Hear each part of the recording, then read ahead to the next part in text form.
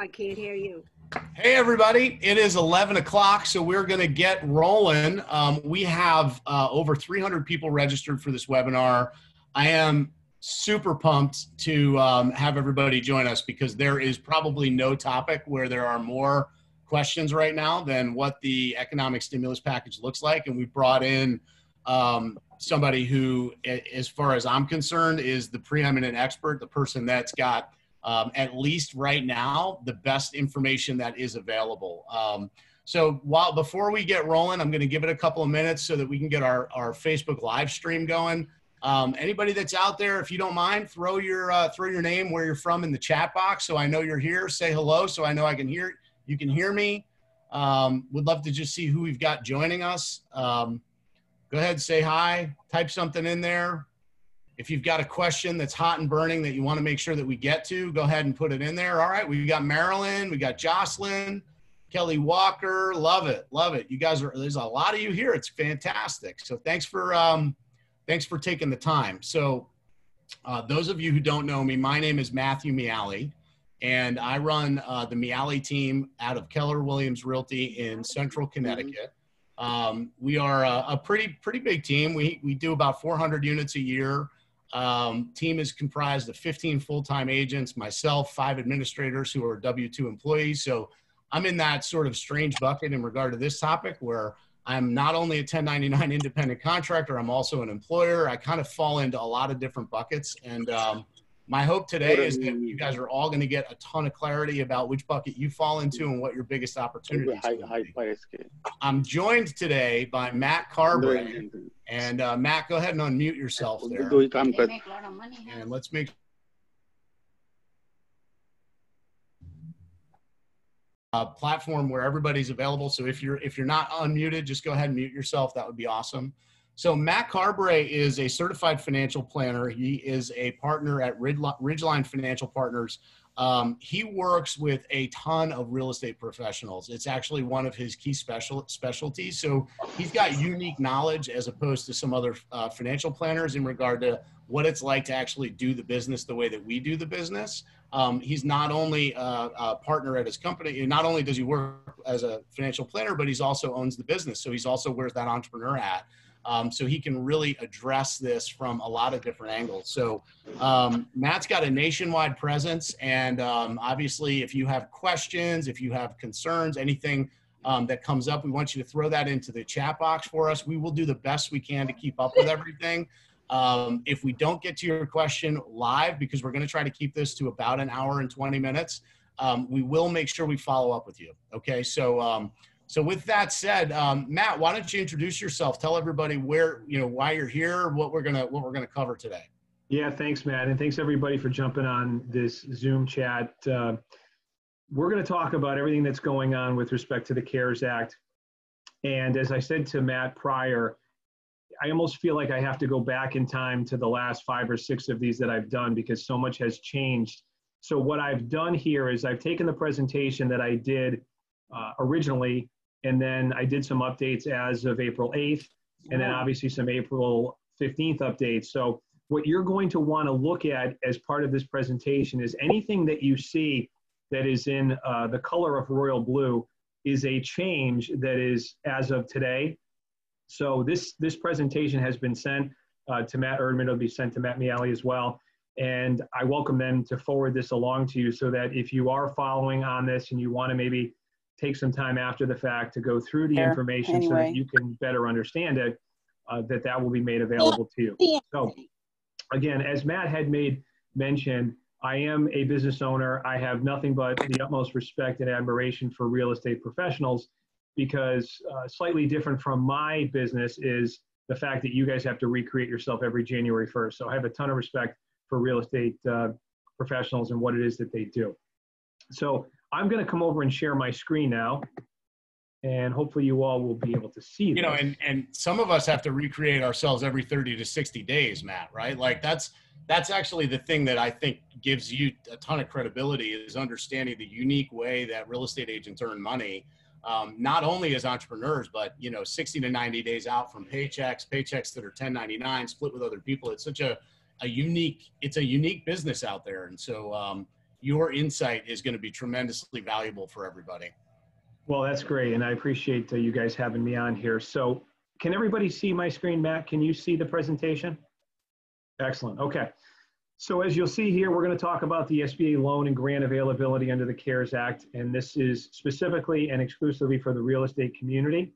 It's relevant for a lot of other small business owners that operate in a similar avocation as those that are in real estate. So let's jump right into this. And again, as you'll see, this royal blue where it says 4/15/20 update, after the fact, as you go through this, that's going to where you want to focus your attention, because those are the updates that have been made even as early as this morning. There's a lot of information that's been circulating. Some of it's misinformation. Some of it was just the vagueness and the ambiguity of the way that the CARES Act was written. And that was done purposely, right? Anytime that you have a piece of legislation, the government wants to have the ability to interpret it the way that they may want to, depending on how the situation unfolds. So what does the CARES Act stand for? So the Coronavirus Aid, Relief, and Economic Security. We are going to get into where the money's going and to whom. Everybody in this room, I suspect, is either a 1099 subcontractor or has a small business with less than 500 employees. If you happen to have a business interest in something that's bigger than that, well, that's a whole another conversation, but this should apply to 99.9% of everybody that's with us. Now, this isn't the easiest to see, this slide, but all you really have to understand is where the money is being distributed. So if we're talking about what is a $2 trillion stimulus, we're talking about, for those individuals that are in this room, over $600 billion that's going to go to individuals by way of the individual stimulus, which we're going to touch upon. And then over $377 billion that's going to small business. Now, this is what was put out originally. And what I will say to you is we are starting to see the $377 billion start to get distributed to those individuals that have filed for some of the various different relief that is under that small business category. Specifically the PPP, the Paycheck Protection Program, the EIDL, the Economic Injury Disaster Loan. And you'll see as an update as we get a little bit further into this, that $250 billion of additional money has been, is not yet been allocated, but it's been proposed by the Secretary, Stephen Mnuchin. So I think that this number is only going to get larger. I would say that this is stimulus 1.0. And as we get further and further along, it's very likely that you're going to have stimulus 2.0 that's going to target the smaller businesses, because the reality of the situation is that if we look at our country and we look at the small businesses, which are businesses under 500 employees as defined, that we employ more than 51% of those that are out there working. So disproportionately, there's a lot of money that are going to large corporations. Well, there's a much lesser amount, relatively speaking, about 130 billion less that's going to small businesses. So I wouldn't be surprised if this number is substantially increased, and if it's and it's going to be oversubscribed. I can guarantee you that, and that's the reason why we need to take some action if we haven't already so far. Matt, can I interrupt you for 1 minute? Sure. Your screen right now is showing this, it's small because you've got the next slides that are also showing. Can you change that? I think if you hit the display settings at the top, you might be able to do it in there.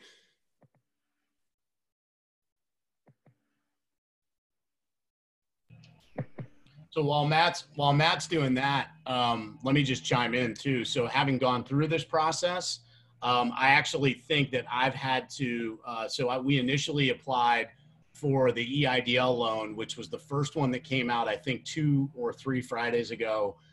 You were able to apply for that. We initially got an approval from our bank, and then I think we had to reapply for it. So the moving target has been, I think, pretty frustrating for a lot of people, but ultimately, then we applied for PPP, which I think was last Friday. And I think, Matt, that's what you're going to talk about now, is the PPP, and exactly.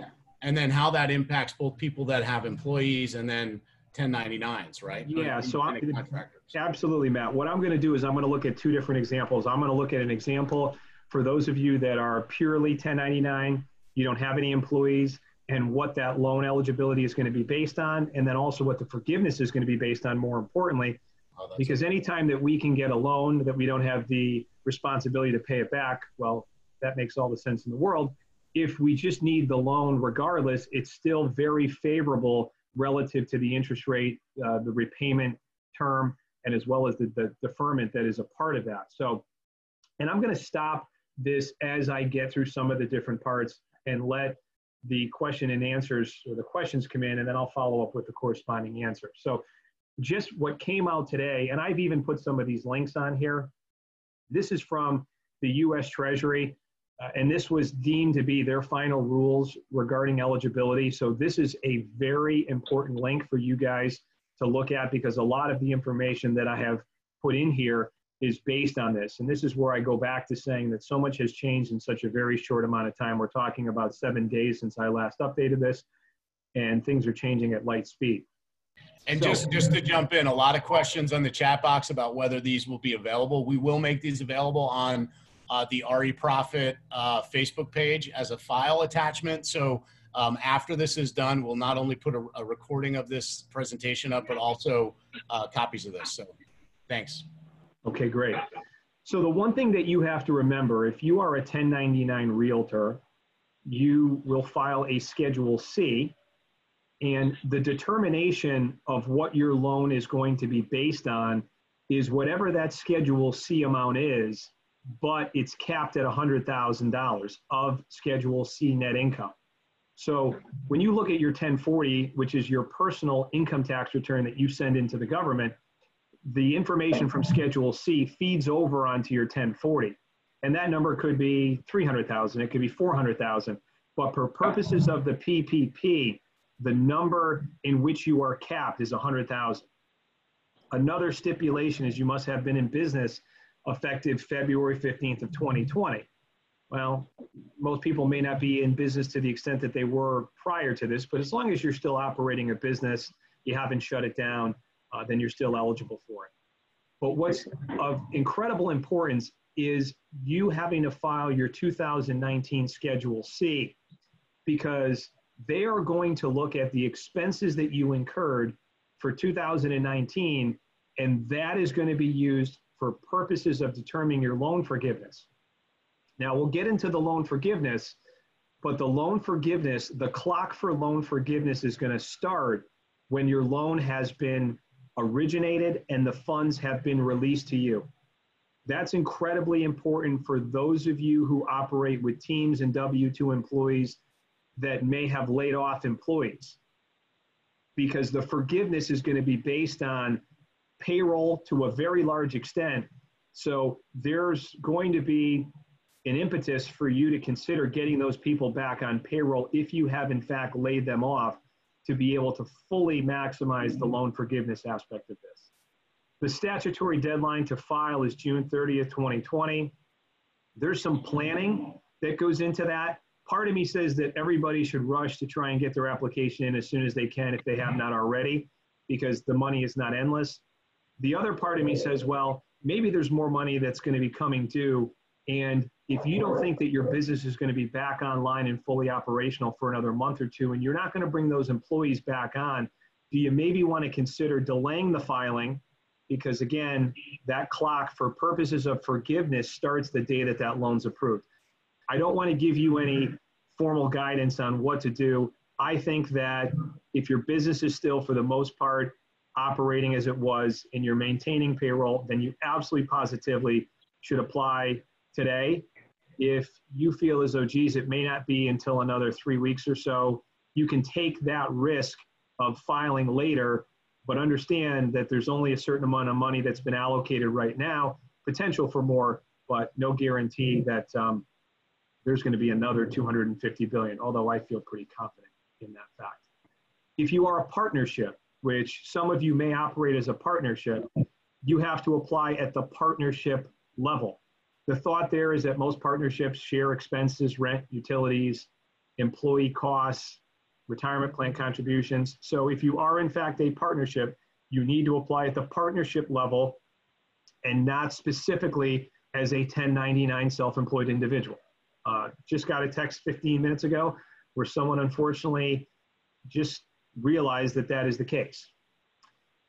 And then another important fact in the state of Connecticut, and it's different throughout the country, but historically, if you are self-employed, you can't go out there and apply for unemployment. Well, the state of Connecticut, in conjunction with the additional stimulus that was provided as part of the individual stimulus in the CARES Act, now those that are self-employed can apply for unemployment benefits. But you have to be aware that participation in the PPP can very well affect your unemployment compensation that you may be receiving now, or maybe that you're planning on applying for.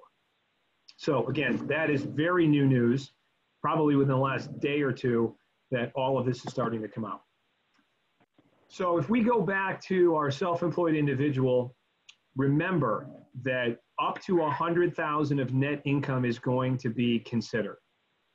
And if we were to look at what that really equates to, you know, we take 100,000 and we look at the 8 weeks that get factored into the forgiveness.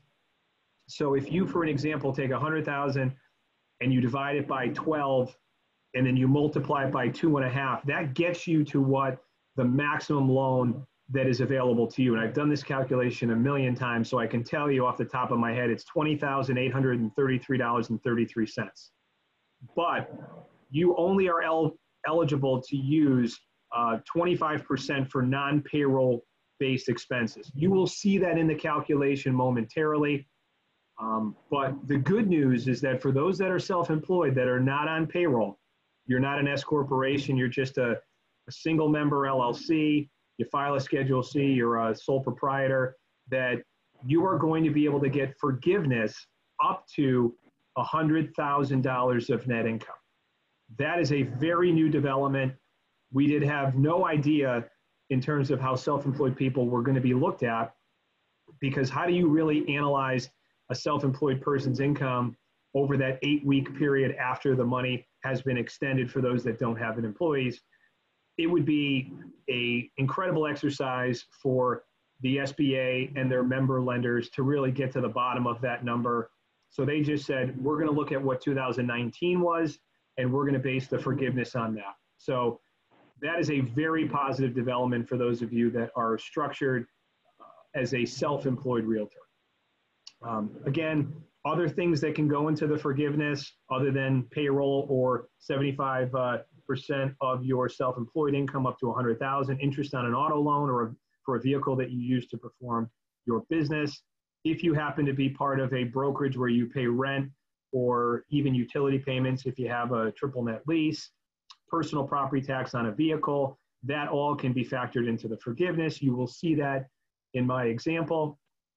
And again, what is imperative here, and many of you have probably not done this yet, but all of this is going to be based on your 2019 Form 1040 Schedule C. That is what is going to be the determining factor of forgiveness. So if you haven't filed your 2019 return, I would recommend that you get on that sooner than later, because once this loan gets distributed, they're going to be looking to information on that 2019 Schedule C for the forgiveness. A couple other things. I just used, rent payments or lease agreements. These are questions that I don't have an answer to today. I don't know if I'm going to have an answer in the near future. That's the reason that we continue to do these things, because information is evolving. But it states that as part of the loan forgiveness, you can offset rent payments on lease agreements that were in force before February 15th of 2020. Well, the question that begs is, do you have to have a formal lease agreement? I don't know if a lot of the realtors have an actual formal lease agreement with their brokerage. My guess is no. Are you going to be required to furnish a copy to support the fact that you are in fact paying rent to another entity? How about retirement plan contributions for those of you that have employees? Does the amount that you allocate to yourself as an owner, you know, if you have a company-sponsored retirement plan and you make a profit-sharing contribution or you have a match, anything that you put towards yourself, does that go into the calculation for loan forgiveness? I'm guessing the answer to that is no. If you work out of your home and you have a home office, can you use the costs associated with that home office for purposes of loan forgiveness? I'm guessing the answer to that is no, although I feel a little bit better about that than I do retirement plan contributions that you make for yourself. Take myself for an example. The building that I'm in, I own in a separate LLC. And yes, I do have, I guess you would call it an arm's length transaction. In terms of me paying myself what I deem to be a fair market value of rent, are they going to allow me to use the rent that I pay myself? I feel pretty good about that. It's a separate entity. There's a lease agreement in place. If I didn't have the space that I'm in here, I would need to be in some other space and I would have a rent obligation. So I don't see that as an issue for those of you that happen to own your own building. All right.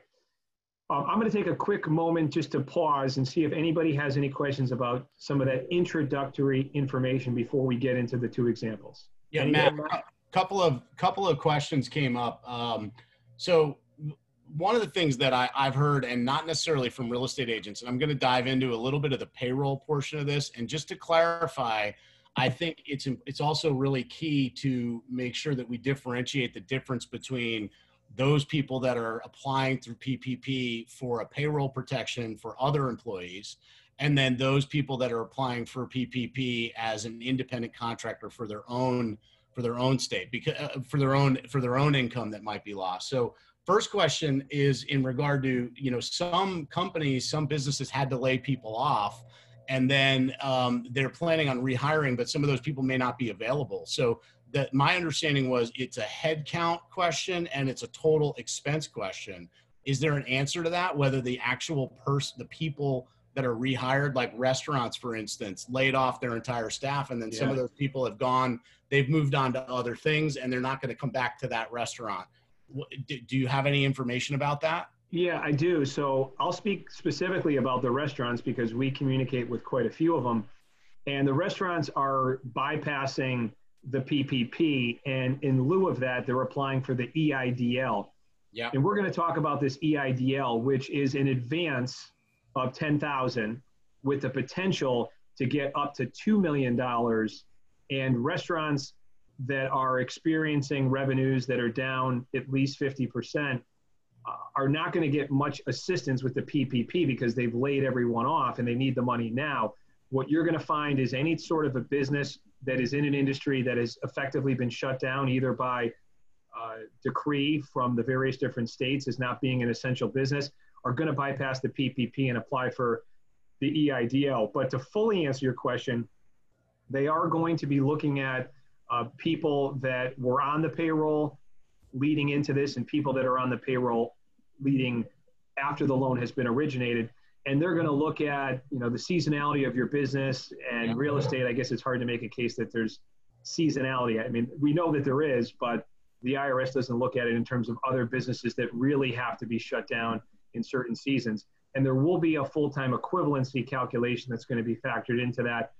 I didn't get into that because that's a slightly more complicated question. I'm happy to answer it offline for those of you that fall into that category where you say, hey, I had 6 employees. I'm now going to bring back 3 of them, but I'm going to bring back those 3 employees in a part-time capacity at 60%. And how does that all play out? Yes, there's a way to arrive at how that loan forgiveness is going to be factored in. The good news is that the amount of the loan is not going to differ because remember, and it's still a low interest months. Yeah, it's a low interest loan. And at the end of the day, how many places can you turn to where you can get a 1% loan with 30 months to pay it back, with no personal guarantee, with no collateral, no prepayment penalties? So, very good question. And I will happily help those that want to get a better understanding of what it all looks like in their individual situation. So one of the other things another question that's come up quite a bit here in the chat box is initially it was being put out that if you hadn't filed your 2019 taxes, you could still apply for this using 2018 returns. And it sounds like that is a change. Is that accurate? Has it changed? Or because there's a lot of people commenting here that, well, I always extend until October. I'm not going to have my 2019s ready in time. how do I apply if I haven't filed my 2019s yet? Or is that just off the table? They may be confusing a couple of different parts of the CARES Act. So with respect to the individual taxpayer, if you don't file your 2019 individual tax return and you are eligible for an individual stimulus, which I will talk about, they are going to look back to 2018. So you don't have to rush to go file your individual return.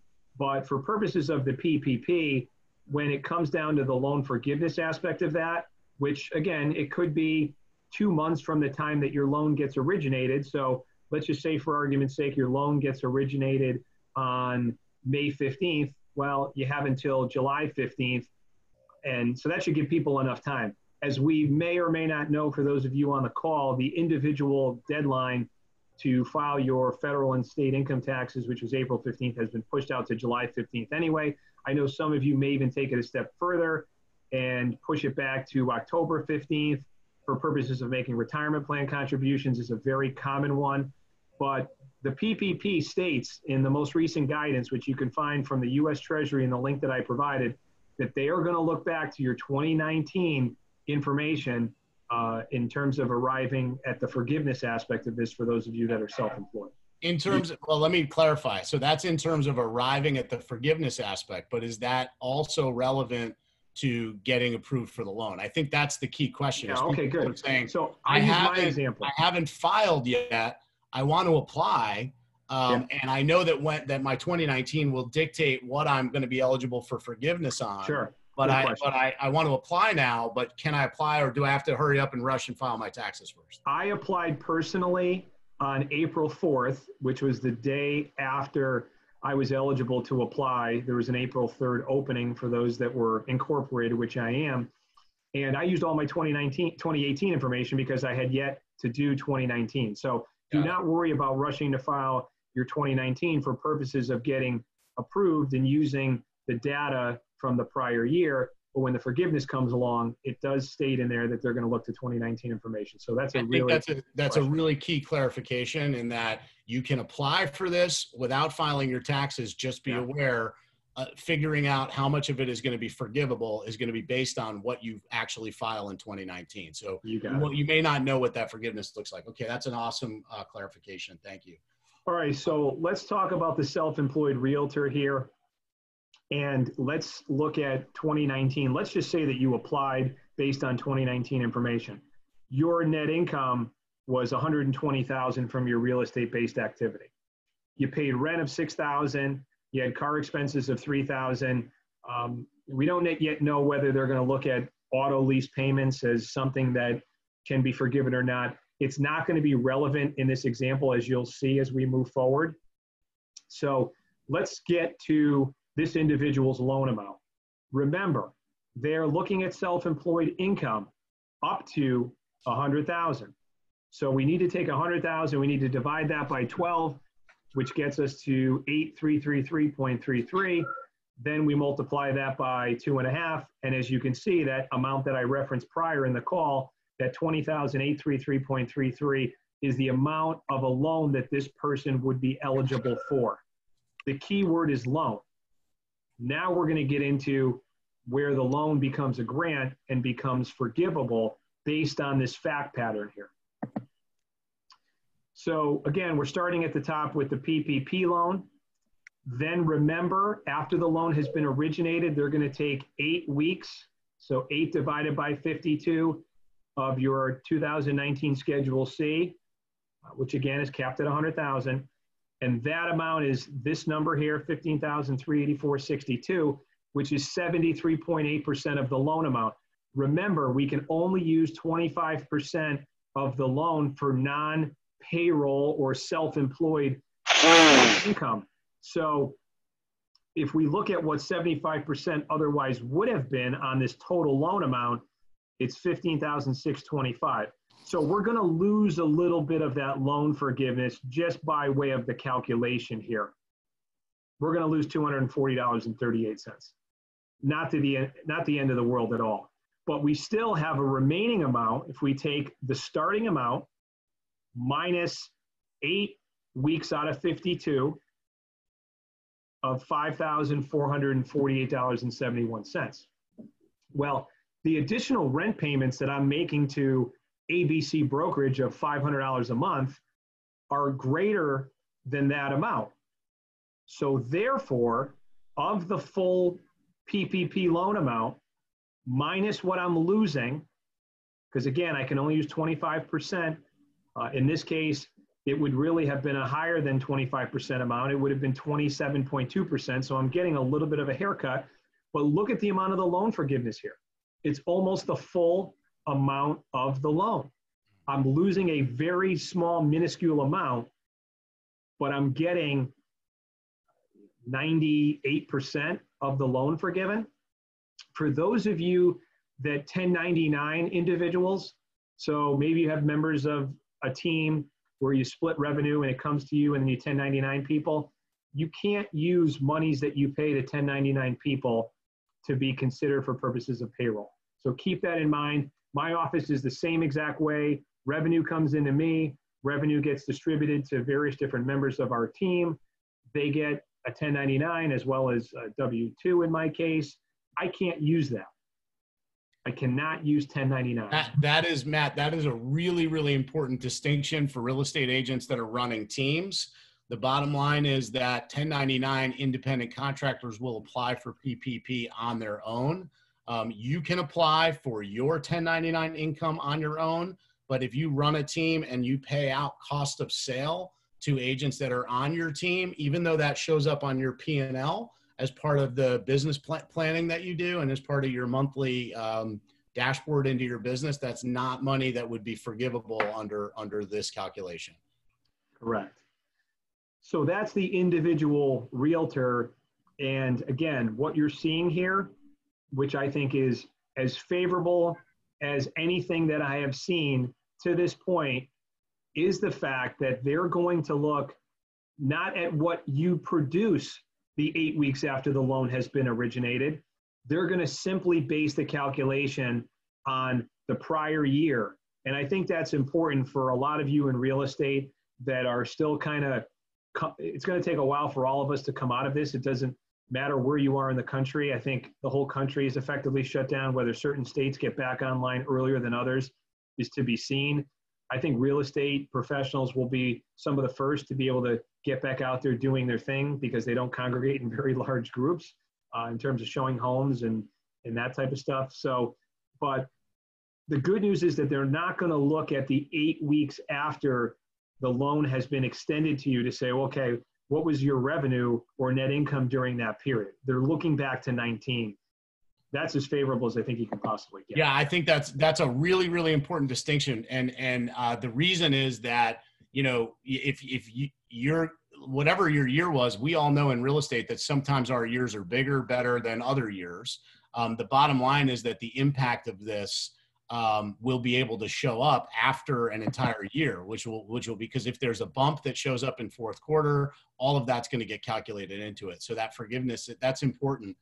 What about, Matt, what about people who may wind up making more money this year as a result of, you know, maybe having a great fourth quarter or something, right? Like, would they be eligible for any forgiveness, even if they were impacted in those down months? Yeah, so again, it's all based on 19. If they had a great fourth quarter of 19, well, that will be built into their 2019 net income number. But, you know, unfortunately, the way that they had to look at this is they had to draw a line in the sand and say that we are going to just look at this particular period for the self-employed, and we're going to base the loan amount on that, and then we're going to base the forgiveness on that as well.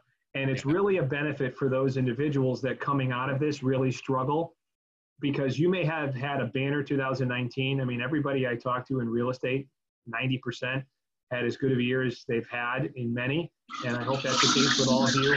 But if 2020 is fractionally as good, the benefit is that the forgiveness is based on the income that you had from the prior year, not your income in 2020, which could be significantly less. Yeah, if you don't, I want to get a little bit tactical for the real estate agents on the call, because I think this is really important to understand, is that you can apply for this, you can get approved for this, but you should absolutely not count on it being forgiven.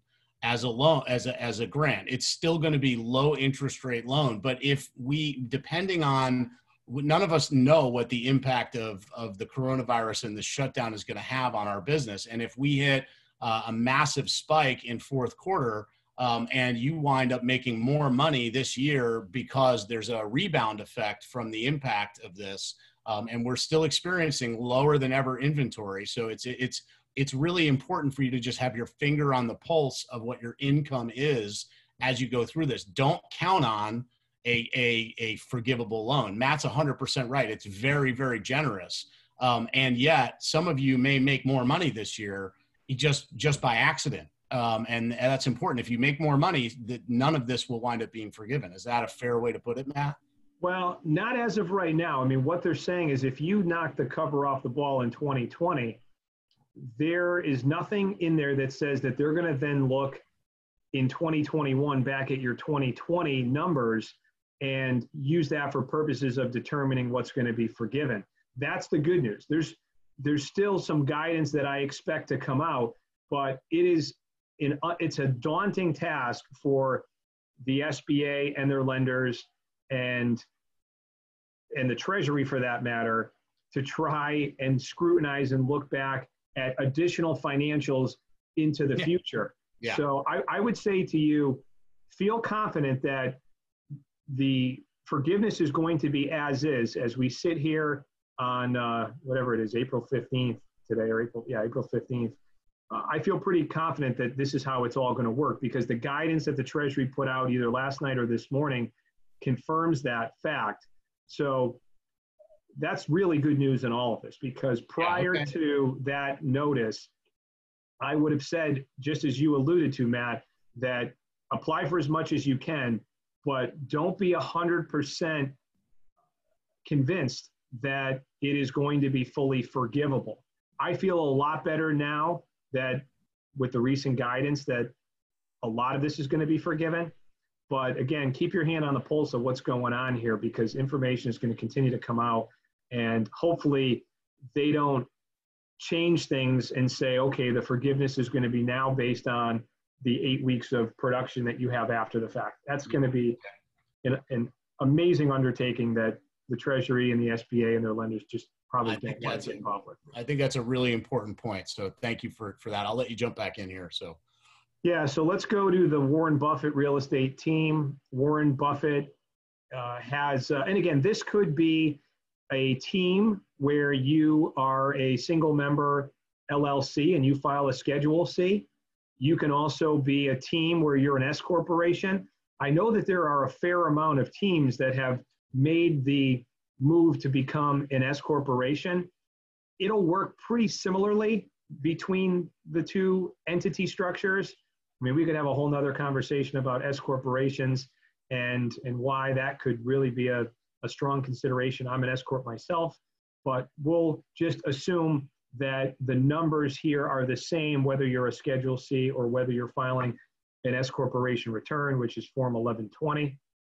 So in this example, you can see that we have one owner, and Warren's net income was $200,000, but he also had employee salaries. He had 4 employees, and he paid those employees $150,000.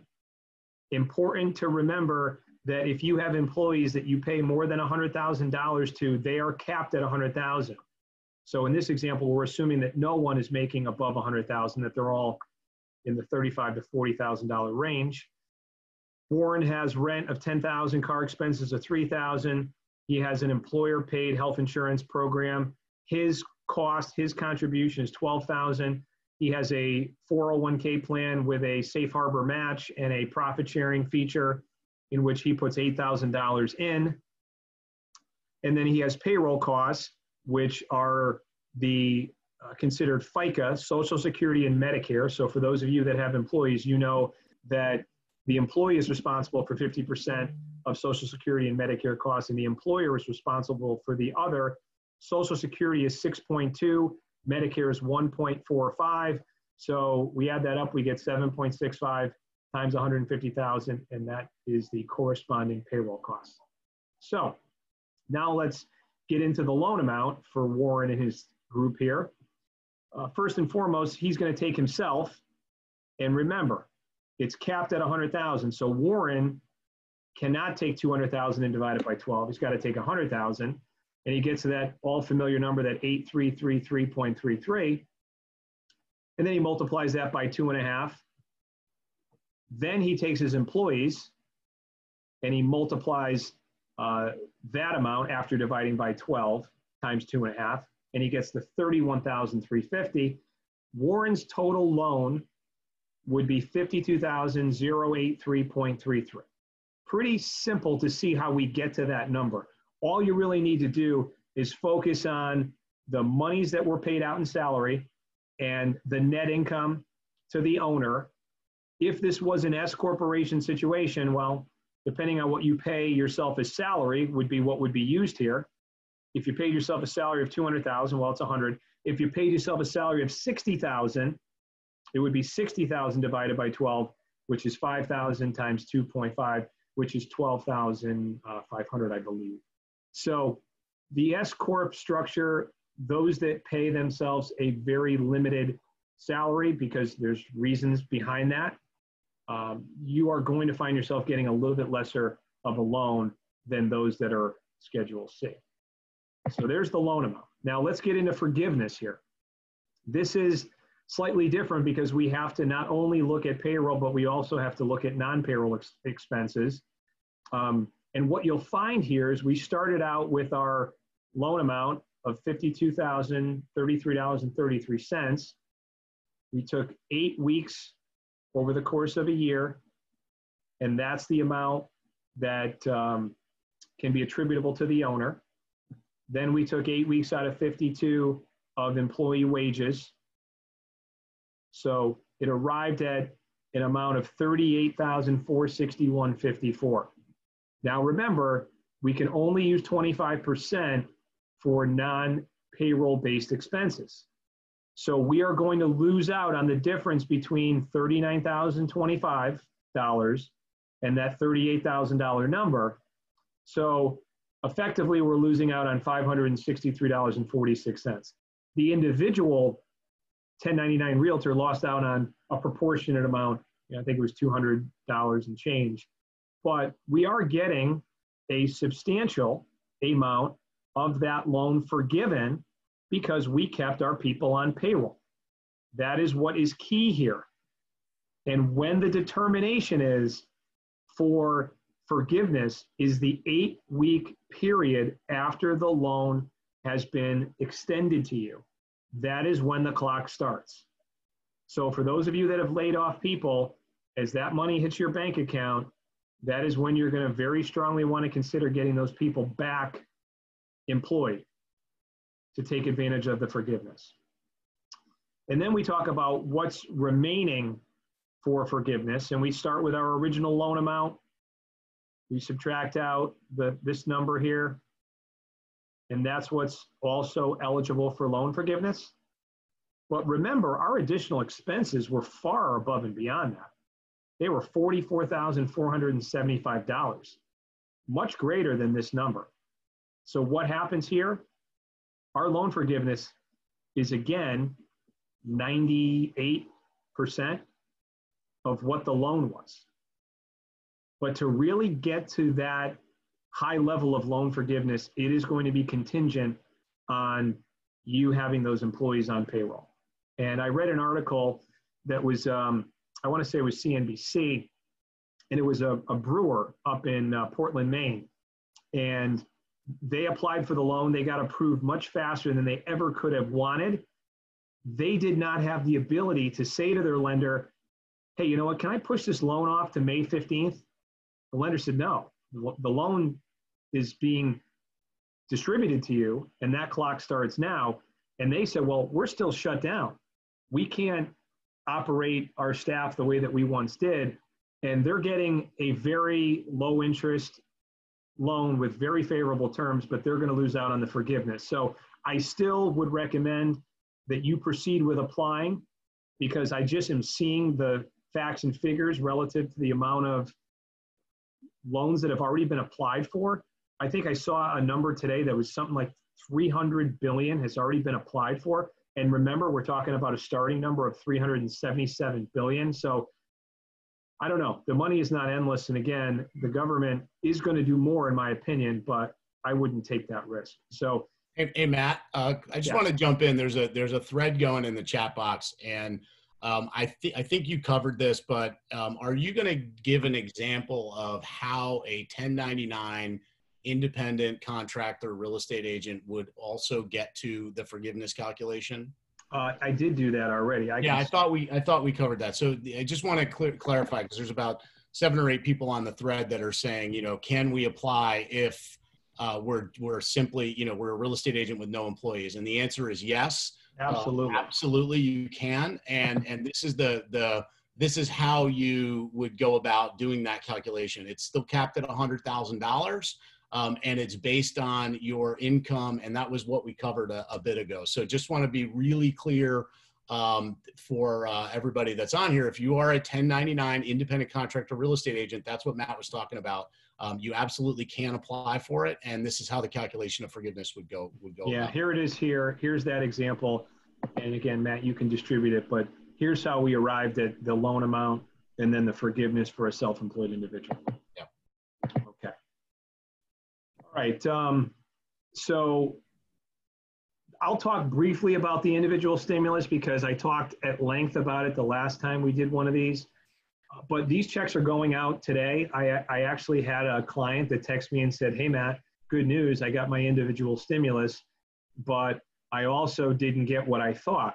And then I had to explain to him, well, you make too much money or you had too much reportable income, and that's why you were partially phased out. So Gary Keller, individual taxpayer, he has no children under the age of 17. His adjusted gross income for 2019 was $70,000. There's a phase out of $75,000, meaning that once you get above this amount, the stimulus that you're eligible for phases out until it eventually goes away completely. We'll show you the chart in a second. But Gary Keller is going to get a check for $1,200. Why? Because he's under $75,000 as an individual taxpayer. Sue and Steve Zillow are a little bit different. They've got 2 children under 17. Incredibly important that they are claimed as a dependent. I can't stress that enough. You no longer can claim yourself or your children and get the personal dependency exemption that we once did as a result of the passage of the 2018 Tax Jobs and Cuts Act. However, you still can claim your children as dependents on your return, which you should do so because there are other benefits other than the personal and dependency exemption that you may participate in. But you need to make sure that you're claiming your children as dependents on your return.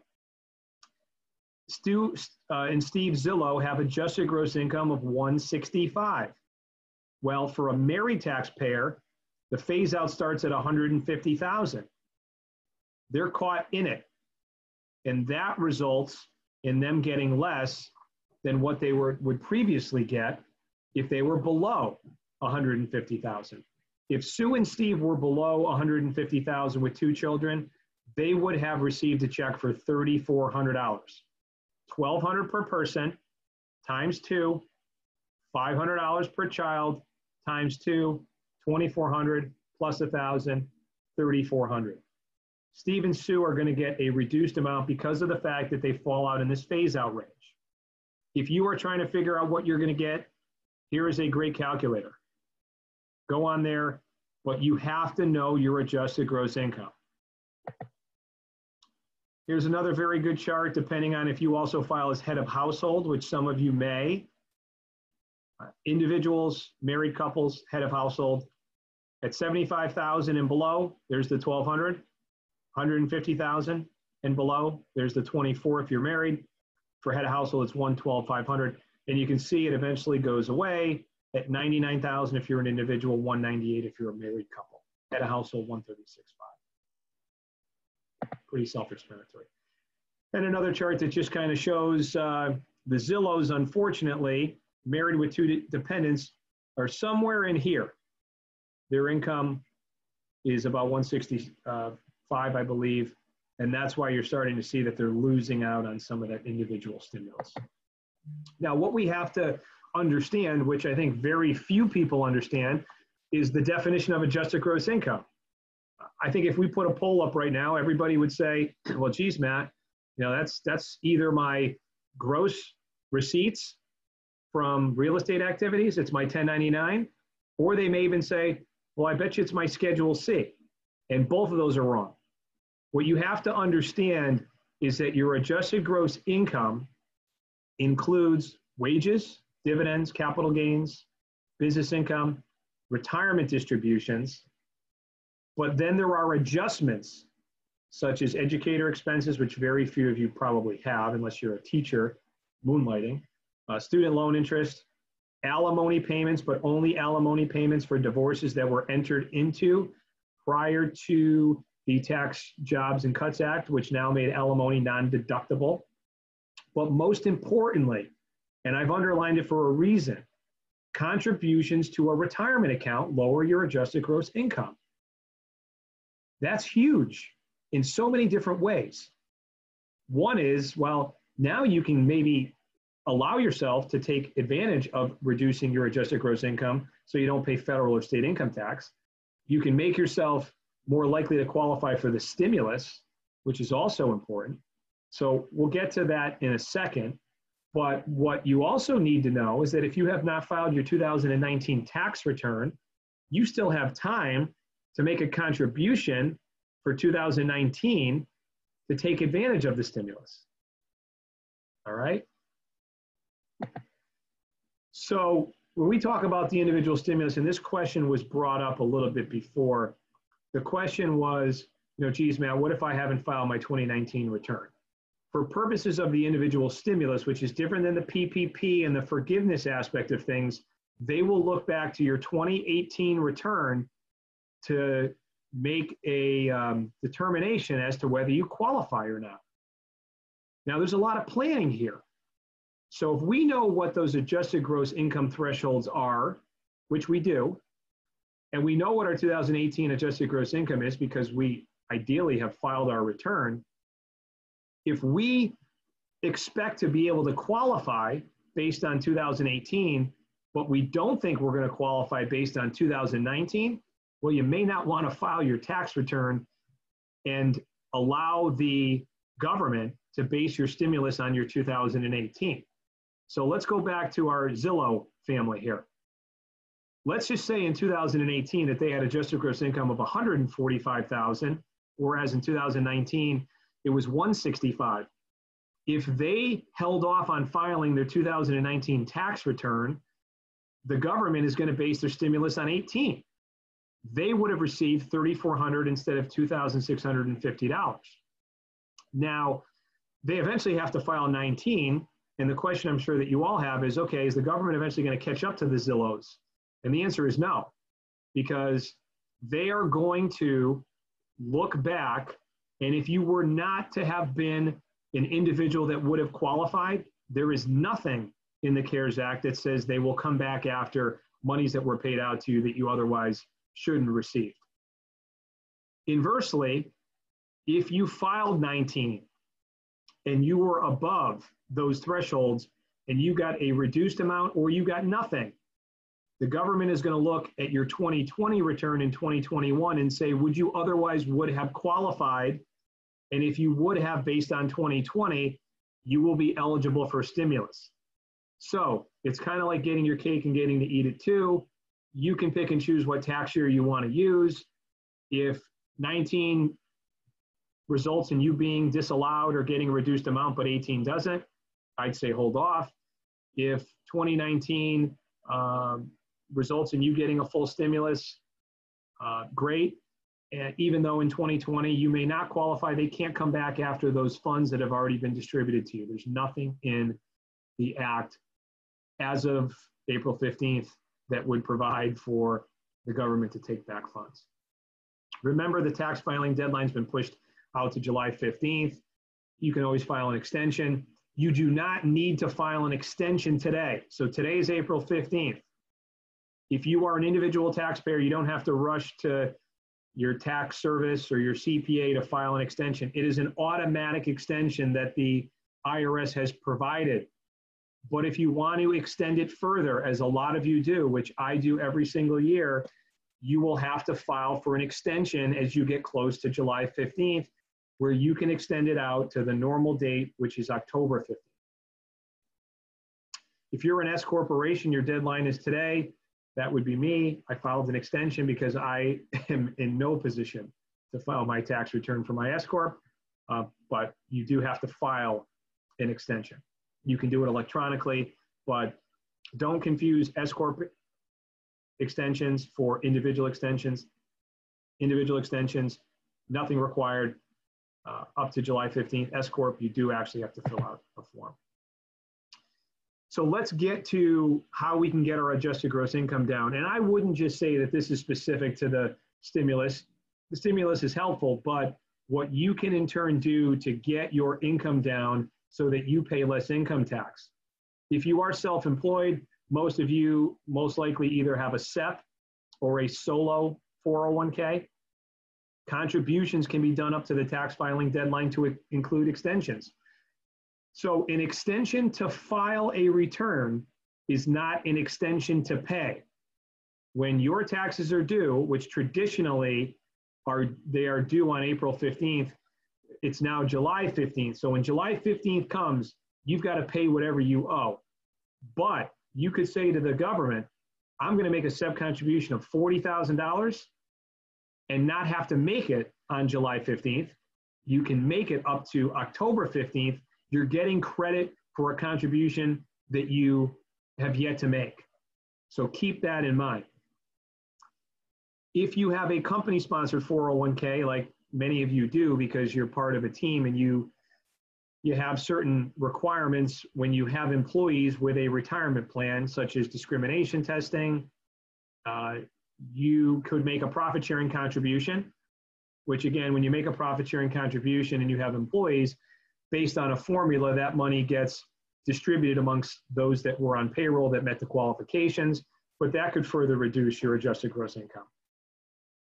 As a reminder, the limits for 2019 of what you can put into a SEP or a solo K, 56,000 is the max allowable.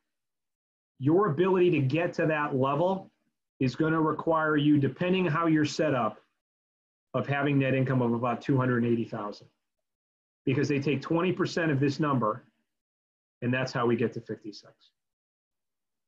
It's a little bit different if you're an S corp. It's actually a lot different, but you can get fairly close to the contribution limit. If you're an S corp, they're looking at your salary.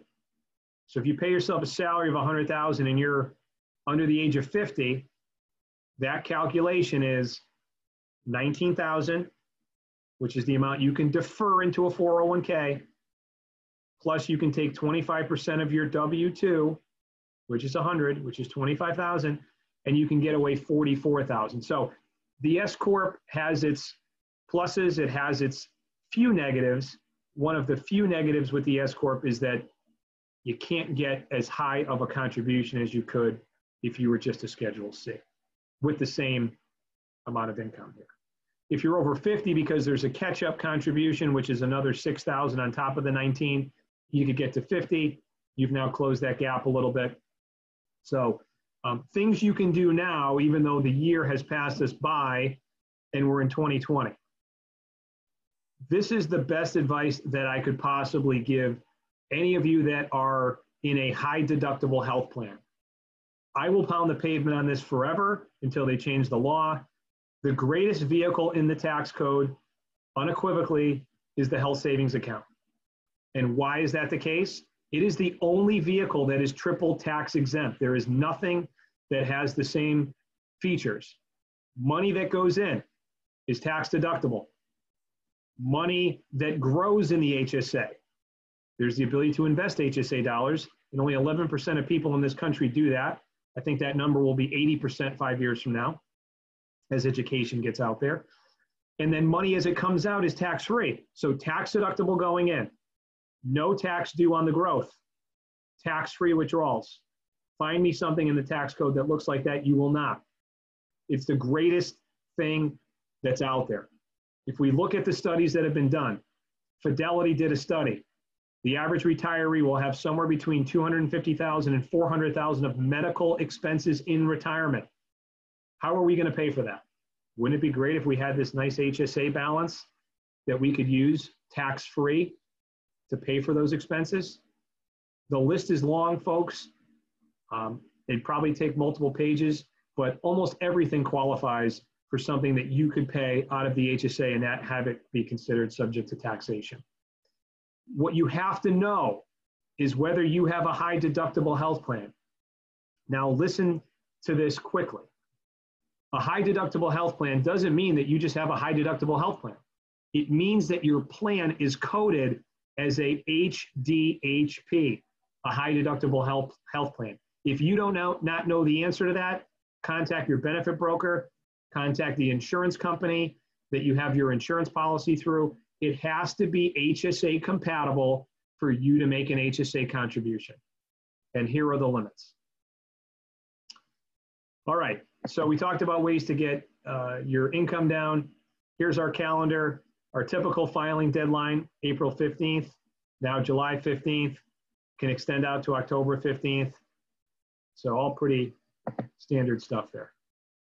I'm going to stop there for a second, see if we have any questions. There's really only one last part to this, which is the economic injury disaster loan, which has changed the most of every single thing that I'm going to go over in today's presentation. So Matt, anybody queued up?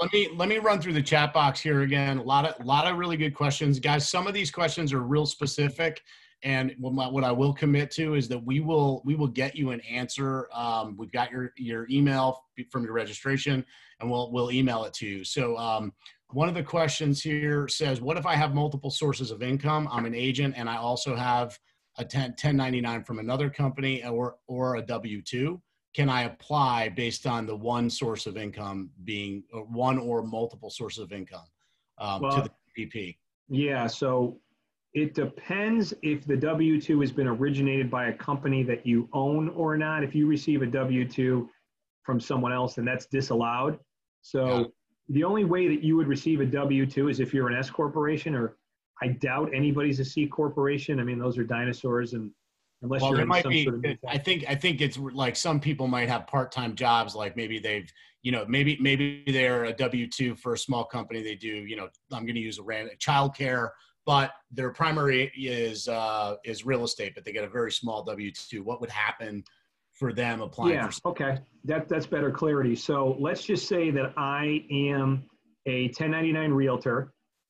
I could apply, and I should apply as a 1099 realtor, but let's also say that I get 1099 compensation from another entity in which I don't have any ownership in.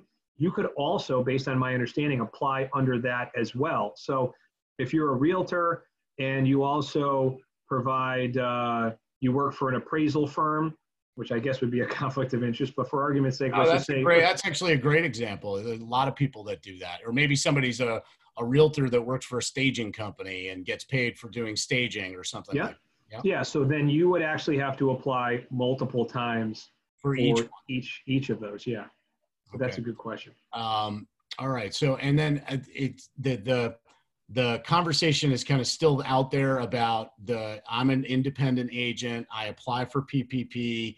Can you just review really quickly, because it keeps going, people missed it. Like, how is the forgiveness calculated? I'm an independent realtor. I don't have any, that's the only source of income. I get commission checks and I'm going to apply for PPP.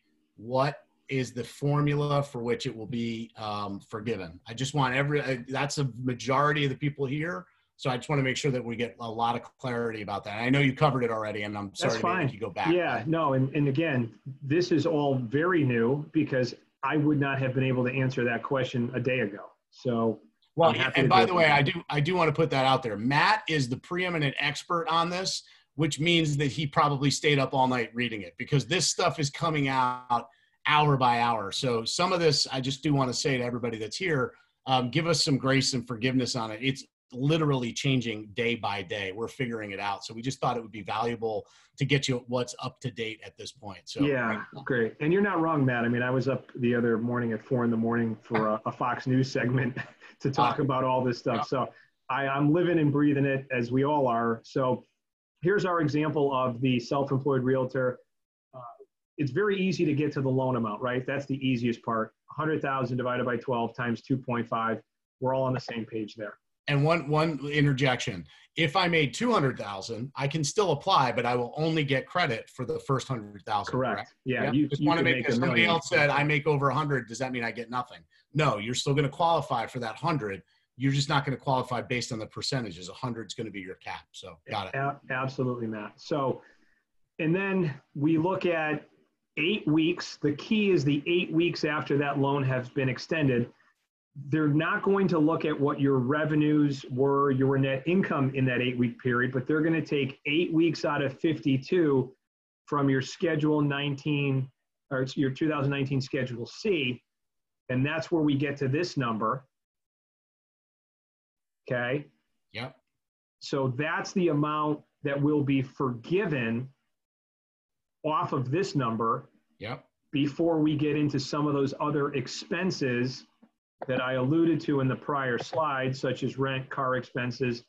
I don't know how they're going to handle auto lease payments yet, but this example, it doesn't matter. All right, so I'm going to pause you there again. So again, this is all coming from the chat box. Some people deduct so much that it doesn't show that they make very much money. Maybe their Schedule C says they've made 30,000. Would that impact this, or is the Schedule C a top line before deductions number? Yeah. So if you have a 30,000, you write off so much, it's taking 30,000 and it's dividing it by 12, which is 2,500, and then multiplying that by 2.5 to get to your loan amount. So for those of you that write off as much as you possibly can, and understandably so, I mean, the tax laws are there to provide for what can be written off and what can't.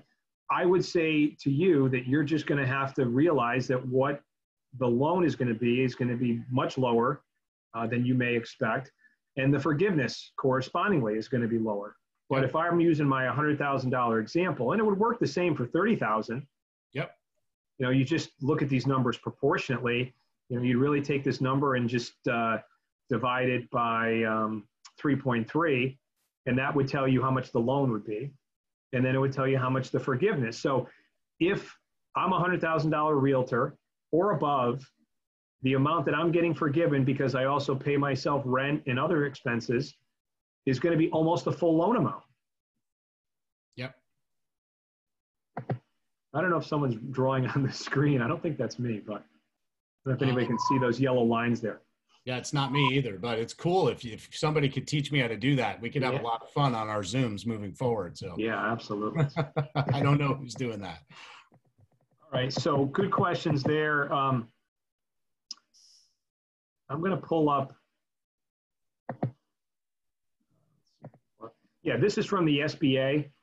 This is what came out effectively this morning. Everything that I referenced, the link is in there, so you guys can all come back to that. Let me get back to where I was here.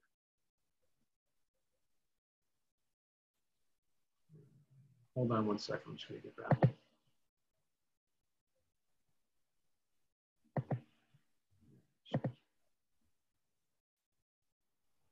Okay, this should come up in a second. All right, well, I got rid of some of the yellow lines anyway, so that was helpful. Well, this was a slide I had put together a couple weeks ago about the $10,000 keyword up to that people had gone and applied for, which is the economic injury disaster loan. Now, up until I'd say last week, I was under the impression that everyone who applied for this was going to get $10,000. I will now tell you that based on everything I'm reading and everything that I'm seeing, is that it is a new calculation that is $1,000 per employee to include yourself. So don't be dependent on this $10,000 coming to you.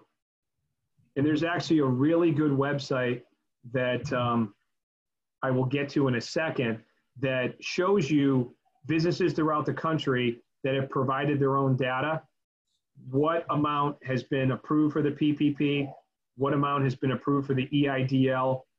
I don't want you all to get discouraged because I'm trying not to myself. I have not been approved, and I applied the first possible day that I could. I haven't been approved for anything. Unfortunately, what I'm finding is that the big businesses, the very strong customers of the banks that are providing these PPP loans, the ones that need it the least are the ones that are getting it. It's very sad to report that, but I have had clients that have gotten incredible amounts of relief that have no need for the money. But why wouldn't they apply if they're eligible for it? But continue to follow up on this with your lender specific to the PPP, because the PPP is done through a Section 7A approved lender. The SBA does not handle direct applications for the PPP. You need to go to the bank that you do business banking with, because if you do not, there's a high probability that they're going to say, I'm sorry, we're only handling our clients first. If you are with a bank that is not a Section 7A lender, then you most likely are going to want to reach out to one that would be willing to take on your loan, maybe in an act of good faith that at some point in time you will open up a bank account with them. But PPP loans have to go through a Section 7A SBA approved lender. This $10,000, the application is here, information is here. You have to apply directly to the SBA for that. This is not done through a lender. If you get any amount up to $10,000, it does not have to be repaid. It is not taxable income. It does not require a personal financial statement. It simply asks for basic information such as tax ID, name of entity, address of entity, ownership percentage, sales and cost of goods sold for the most recently filed tax return. Matt, you just brought up a really important point. You said that this amount is not taxable. What about any grant from the PPP? Would that turn into taxable income? No, not taxable at all. Awesome. Okay, great. And then one other question that came out here before we move to this very next section is who should apply for PPP and who should apply for EIDL? My thought process and the way we approached it is we applied for everything because, again, you can be approved for it. It doesn't mean you need to use the money, but under the circumstances, you know, we talk about this a lot inside of our RE Profit trainings that, you know, your cash flow is your oxygen. And so you really need to preserve your cash flow, and having access to it is better than not having access to it. So I would encourage anybody who is a business owner to apply for both and see what you get approved for. So go ahead. Sorry, just wanted to chime in. Yeah, no, I agree with you 100%. If I were to take action after this call, it would be to apply for the EIDL. If you have a team and employees that are W-2, you're going to get more of that 10,000. So why not start there? Even if you're self-employed, you may get $1,000. It's worth the 15 minutes that it takes you. And then what you have to remember, however, is these loans all kind of work amongst each other. And in the case of the EIDL, if you were to get $10,000 of an advance, that's going to reduce the forgiveness that you get from the PPP. So it's not on top of it. Now, a week and a half ago, I would have said to you that these are mutually exclusive. Not the case anymore. If you get $10,000 in an EIDL loan, which is technically an advance, which doesn't have to be paid back, that will reduce the loan forgiveness on the PPP. But I still would go through the process. I just don't know how the dollars are being allocated, whether it's a bucket of $377 billion that's for everything, or whether they've set aside certain amounts for the different programs. But this is a 15-minute exercise, so I would do that first. Yeah, that's a real easy loan to apply for. Everybody here should apply for it. I haven't been approved for that either. So same thing, we did it on the first day, which I think was April 4th, and we have not gotten an approval number yet. So again, everything's unrolling and unraveling day by day. So let me just bring up one point, Matt. And I heard this yesterday, and I originally said, I don't think that's the case. Well, here's the application. I heard from a CPA that if you applied for this through Google Chrome, that your application is somewhere out there in the middle of nowhere. I kid you not. That's awesome. When I tried to apply through Google Chrome, I had all sorts of issues that wouldn't allow me to get to the next page. And I was like, is it a pop-up blocker issue? So I just went and I opened up Internet Explorer and I filed, and I don't have mine with me, but I showed them last webinar. You have to get a confirmation number. When you go through this, when you get to the summary, they furnish you with a confirmation number. If you didn't get that far, you may have been using Google Chrome, or you may have made a mistake and not filled out all the information that was required. But you may just want to check the browser that you used, because I'm hearing now, as of yesterday, that people that did Google Chrome, that the SBA, and this came from the SBA with a CPA on the phone with them, that that application might as well be just in the cloud somewhere, and no one's got a way of tracking it down. That's insane. Yeah. And actually, the crazy part is it's not that surprising, but yeah, so good insight. Nothing surprises me anymore. Yeah. Starting April 10th again, independent contractors and self-employed individuals can apply and receive loans. So your window, if you're the 1099 real estate professional, opened up on the 10th. If you are a business that operates with a team, April 3rd. Some other good resources from the Treasury. Again, you can apply for the EIDL and the PPP. So what if, another question that keeps coming up is in regard to people owning multiple businesses. And because we're in real estate, a lot of folks have Schedule E income that's going to be impacted by rent. So how does all that apply? So let's say I own 3 different businesses. Do I apply, one business is my real estate business, another business, maybe I own a fitness facility or I have some share of ownership in it. Are you applying separately for every business? And then if you don't mind, just kind of talk to us a little bit about the Schedule E income. So I applied for 3 EIDL loans because I have 3 different entities with different ownership structures, and one of them is a real estate investment firm that I own. I haven't heard anything on either of the 3. And then what I actually did is I applied for multiple PPP loans because you need to apply for each of the individual entities. Got it. I don't feel confident for those that are applying for a PPP loan when you have a passive activity specific to real estate where all you're doing is buying and selling and flipping, where it's not considered to be an active activity, because there is a box that you check on your tax return whether you're an active or a passive member, and that dictates the tax treatment of the real estate income. I would say if you're more an active participant, then you should file for a PPP loan. And if you're more of a passive, I don't see how they're going to approve you for anything with respect to that. Yeah. Okay. All right. That's good. Thank you. We talked about the loans. Sure. 1% for 2 years, no prepayment, no collateral, no personal guarantees, 6-month deferment on the interest. So you made a good point, Matt. I mean, we all are in businesses that can be very cyclical. Cash flow is incredibly important. When I do finish, what I'm putting together is a post-corona COVID-19 playbook for self-employed businesses about how we need to emerge out of this and how we need to change our thinking. What I'm going to be talking about in depth is the importance of having 6 to 9 months of emergency reserves. I think that a fraction of people that are self-employed have that. And in this particular case, yeah, we've got some loans and maybe even grants that are out there, but we can't expect this to always be the case. So it may not be something that is global pandemic related, but it could be your own health, something that's going on within your family, or the industry is just 08 and 09. So we've just got to be smarter and start to build that liquidity outside of our business. And I think a lot of people will be a lot smarter about that. I couldn't agree more. Critical. Here's the PPP.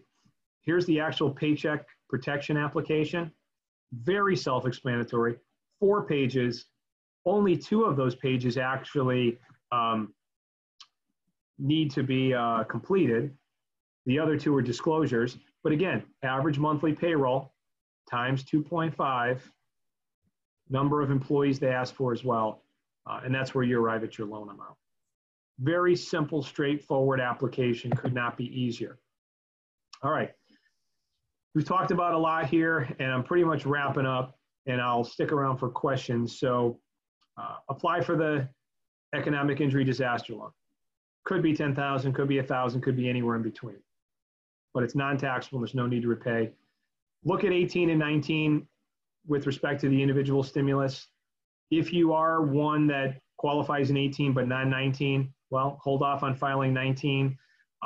But understand that those stimulus checks are going to come a little bit later because they're first paying out those people that have filed a 19 return and have their bank account information on file. There is a website out there that you can go out to put your banking information on file for the IRS to be able to put your funds into your bank account, which may expedite things. I just learned that this morning. Again, the PPP, find an SBA lender. We talked about the windows. Make sure that when your bank gives you a list of what you need, that you give them everything. Throw as much as you can up against the wall and have them decipher what they need and what they don't need, because the last thing that you want to have happen is getting your applications held up. I mean, those of you in real estate probably get this more than anyone else. You know, when people don't provide enough information and mortgages get held up, or even the real estate application itself, make sure you're overly thorough. Let me just go back to it. Yeah, $250 billion of additional money was requested by Treasury Secretary Mnuchin. I think that's going to happen, but there's some bipartisan bickering. There's not the bipartisan support yet because the Democrats also want money built in there for hospitals, states, cities, towns. And that's really the extent of it. So here's all my contact information. I'm happy to answer as many questions as I can. I have a team around me, and we're working around the clock here to get answers to people. So if I don't get back to you immediately, especially if it's a more complex question, I will do my best as soon as I can. And I do work with a ton of real estate professionals and have the ability through reciprocity as a certified financial planner to be licensed in all 50 states. Matt, thank you. There are, we're going to try to honor the time here because you guys made a commitment of an hour and a half. There are a ton of questions. And again, I want to reiterate, we will follow up with everybody. If your question was not answered, we'll follow up and email you directly. There's a lot of obviously moving parts in this.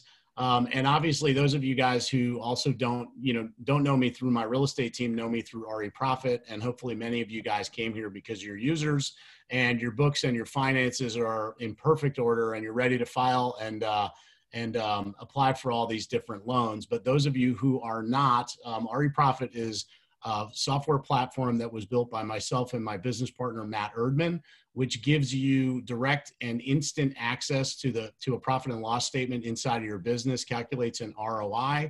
It connects directly to your business bank accounts, pulls all of your data and transactions in, and builds you a real-time P&L or a dashboard into your business to let you know whether you're running a profitable business or just a productive one. For those of you guys who attended here, you're going to be getting an email today with a special offer that we're giving to anybody who really has decided that now is the time to get clarity inside the financials of their real estate business, which is we're going to be offering you a 60-day free trial on our highest level platform, which is our Profit Assist program. So you can sign up, you can take advantage of that. You'll get an email immediately after this, giving you guys insight into that. The platform is awesome. There's a mobile app that goes along with it that'll give you real-time, again, insight into what's happening in your business so that we're not retroactively looking backwards and trying to figure out, did I make money? Did I not make money? Now more than ever, it's critically important for us to have real insight into what our businesses are doing for us and what kind of income and cash flow we have. And that's what the platform does. So we recognized a while ago that this was a problem because of the way our business operates as real estate agents. We don't get that paycheck every 2 weeks. And so it's real easy to fall into a trap of overspending or not paying close attention to what your expenses are, or not paying close attention to what you're spending money on that's actually producing a return. So I hope this was incredibly valuable. I know I learned a ton. So Matt, thank you so much. Those of you that are out there that still have questions, put them in the chat box. I'm going to leave this live for another 5 minutes or so that we can definitely get back to you. This has also been posted up on Facebook on our RE Profit Facebook page. So you can go there and put in some questions, and we'll be following up over the course of the next couple of days to make sure that we get you whatever relevant info we have. And then we will be doing another webinar next Wednesday. So keep your eyes out for that to register. So Matt and I have committed, and that's Matt Erdman and I, not Matt Carbray. Matt Erdman and I have committed to bringing important information to you guys on a weekly basis. So we'll be back again next Wednesday to do another webinar. So thank you, everybody. Very much appreciate you taking the time, and I hope this was awesome. So have a good day. Thanks, everybody.